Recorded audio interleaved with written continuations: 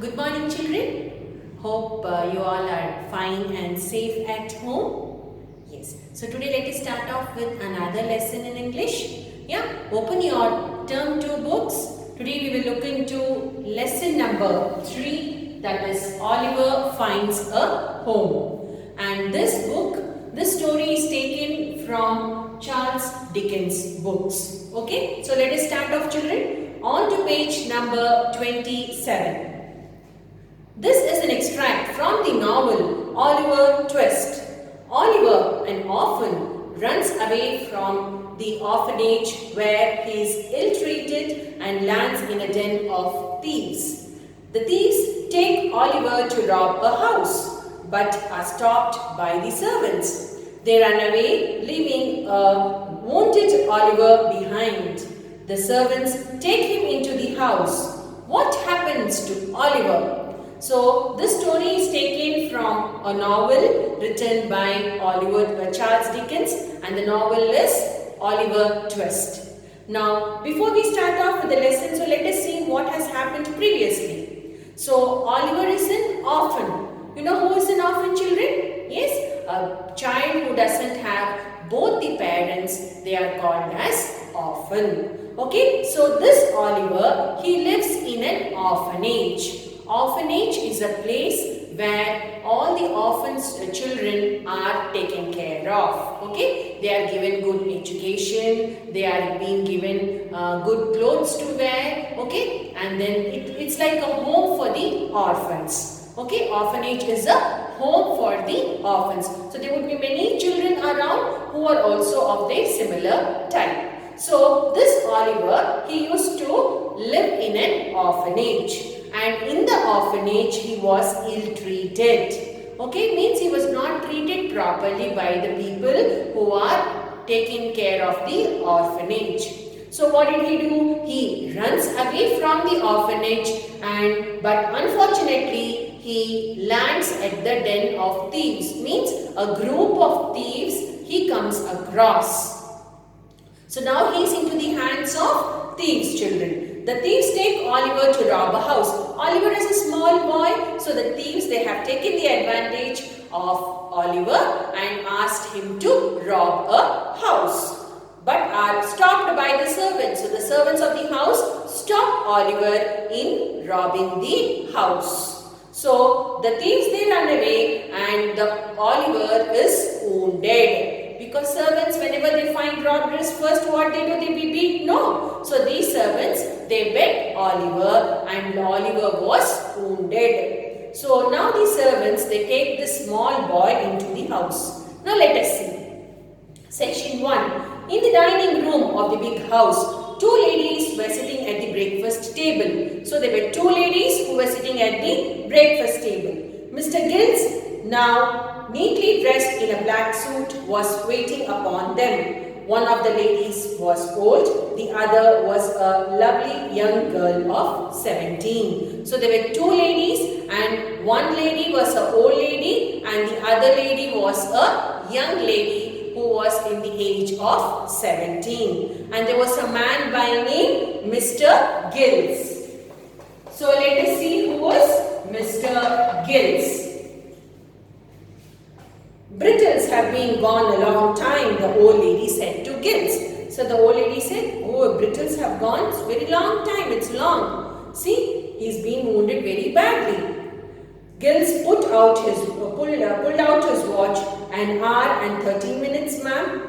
At that moment, a carriage stopped at the garden gate. A fat gentleman got out of it. He hurried into the room. So, when he saw the watch, it was almost an hour and 13 minutes over. Okay, then when they were talking, a carriage stopped at the entrance gate. Carriage is a big carrier where it is being moved by a horse and people move from one place to the another using the carriage. So, one carriage stopped at the garden gate, and out of the carriage a fat gentleman came out of it.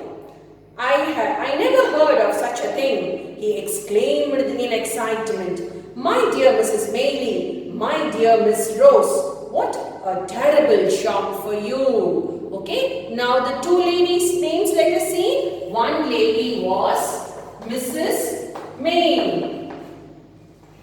Mary. Okay, she is an old lady. And the other lady was Miss Rose.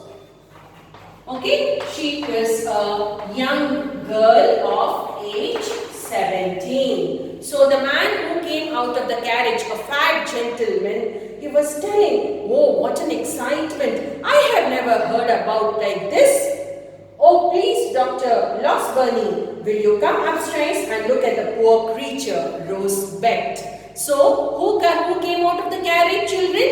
It was a doctor. And what was the doctor's name? Dr. Losberne. Dr. Losberne. So, he is a doctor. And Mr. Giles is the manager of the house. Okay, so he said, come on please, Miss Rose, the young girl, she said, come on, Dr. Losberne, we'll go upstairs to look at the boy who is wounded. Of course, said the doctor. Will you show me the way, Giles? Giles led the doctor to his patient. The doctor remained in the patient's room for a long time. A large flat box was fetched out of his carriage. The bell in the bedroom was rung again and again. The servants went hurrying up and down the stairs. So, doctor went to the upstairs room to see the patient.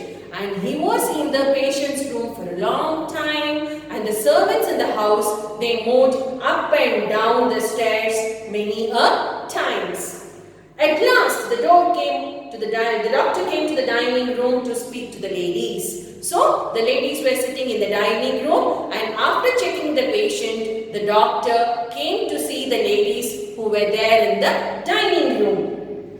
This is an extraordinary thing, Miss Maylie, he said. So, the doctor said, wow, it's extraordinary. Extraordinary means extremely very difficult, very different, very wonderful. He is not in danger, I hope, the old lady said. So, the old lady said, oh my God, he is not in danger, the doctor. No, he will be well again in a week or two, the doctor informed them. So, the doctor said, no, he is out of danger and within a week or two, he would be alright. Then he asked them, have you seen the thief? So, they were asking, the doctor said, have you seen the thief? No. Hasn't Giles told you anything about him? So, he was telling, Giles did not tell you anything about him? No. Would you like to see him if I come with you? Yes, I would like to. And I would like Rose to come as well if she will. The doctor took the ladies upstairs to Giles' room. So, doctor, he took these ladies to the Giles' room. He pointed towards the bed. There lies the wicked thief, he said. So, the doctor said, you are searching of the thief, but the thief is none other than the boy who is lying on the bed. The two ladies looked. To their astonishment, they saw a child there, fast asleep. So, what did they find? They find the boy was the thief, and that little boy was fast asleep. He was sleeping, and astonishment means surprise. Okay, something we come to know. Oh, yes, is it? So, when we express ourselves, all of a suddenly, either with angry or happy or to know something, that is called as an astonishment. That is surprise. So, to their surprise, the little boy who was on the bed was none other than the thief. The ladies crept softly to his bed. Miss Rose bent over him with The two ladies looked to their astonishment. The ladies crept softly to his bed. Miss Rose bent over him. So both the ladies, they moved towards his bed, and Miss Rose bent softly. Means she had moved her body a little to the front.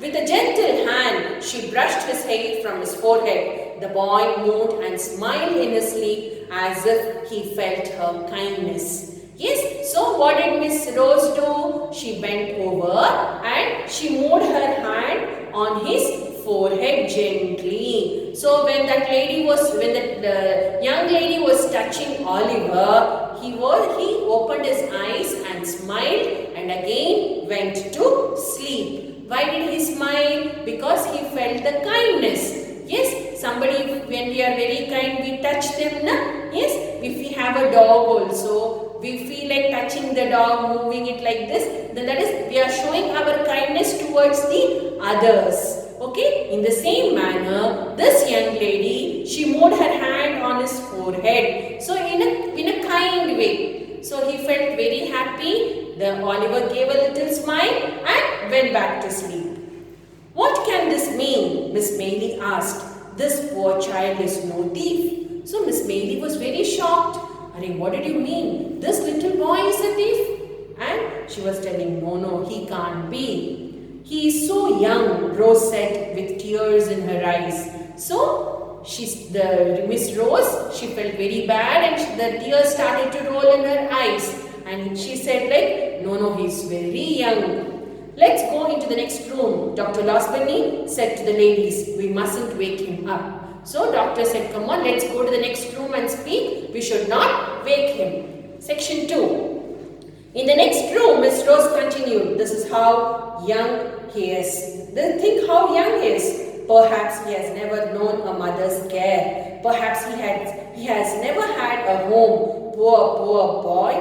Oh, auntie, don't let them send this boy to prison. So Miss Rose was very much touched by the boy. So she said, maybe auntie, this boy did not have a good home. Neither he had anybody to take care of. Maybe he may be very, very poor. Oh, please auntie, don't send this little boy to prison. Prison means jail, where thieves are locked. My dear, said the old lady, do you think that I would harm one hair of his head? I haven't much longer to live. I must help all I can. What can I do to help this boy, Dr. Losberne? So, this old lady, okay, what did she say? Do you think, my dear, I am going to hurt this boy? No, not at all. I want to help this little boy. And this old lady was asking the doctor, how can I help this boy, Dr. Losberne? Let me think, said the kind-hearted doctor. So even the doctor was also a very kind man. For some moments, he looked thoughtful. Then he asked, can we trust the servants to say nothing about the boy? So he said, okay, can we trust our servants? They should not tell anything about the boy to outside people. Yes, Miss Maylie told him. They would do as I tell them. Okay? So Miss Maylie said, definitely they will listen to my words because I am the owner of the house. They will not tell anything about the boy to anyone.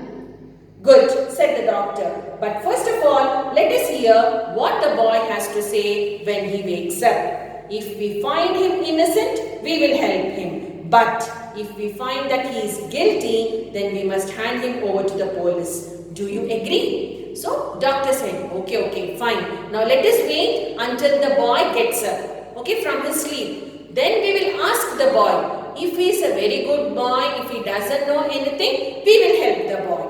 But if the boy wantedly he has done the theft, then definitely we will give him back to the police because now he would become a robber, right? So we can't keep a thief in our home. So if he is really a thief, we will hand him over to the police. Otherwise, if he is a very good boy, then we will take care of him.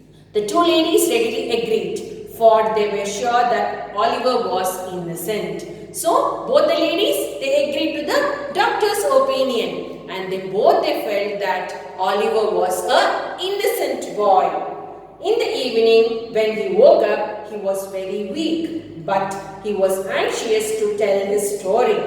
So, the boy, he woke up in the evening, but he was very weak. And when these two ladies asked about what happened, Oliver told his story. the ladies wept as they heard of his miserable life. Okay, so the two ladies, they cried, they wept. Wept means sound will not come. Okay, crying without any noise is called weep. Okay, so both of them, they wept because they heard a very miserable story. Miserable means very horrible story of Oliver.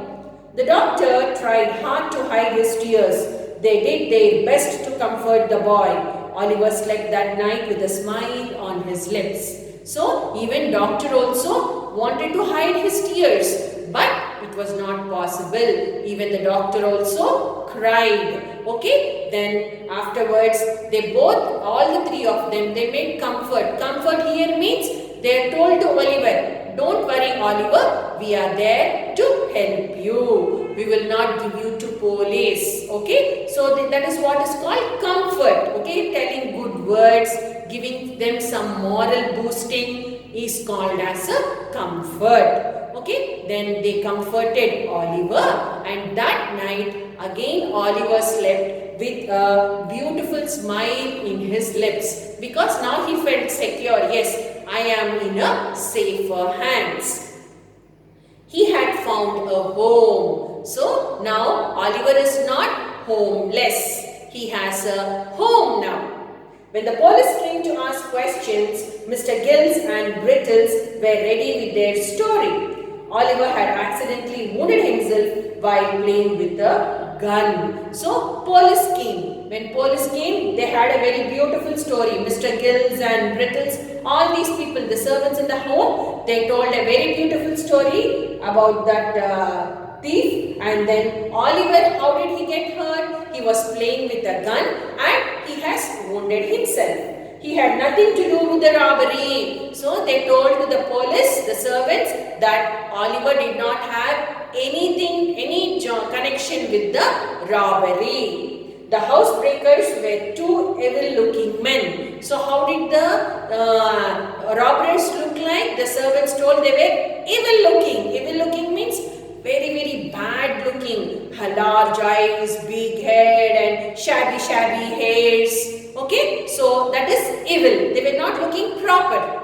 Okay, so the robbers were evil-looking men. The servants, with the help of Dr. Losberne, told their story well. Okay, so Dr. Losberne, he guided the servants to tell a very beautiful story, and they told that story to the police also. The police believed them and Oliver was left in peace. So the police, they believed the servants. Why? Because servants only stopped the thief from the robbery, So they thought, okay, Oliver is not the robber. There may be somebody else who ran away. Oliver found love and kindness. Indeed, Mrs. Maylie and Rose loved the boy. So did Dr. Losberne. So all of them, they started to love the boy Oliver. At the beginning of the spring, the Maylies took Oliver to their house in the country. There, the fruit trees were in blossom. So what happened? Beginning of the spring, they took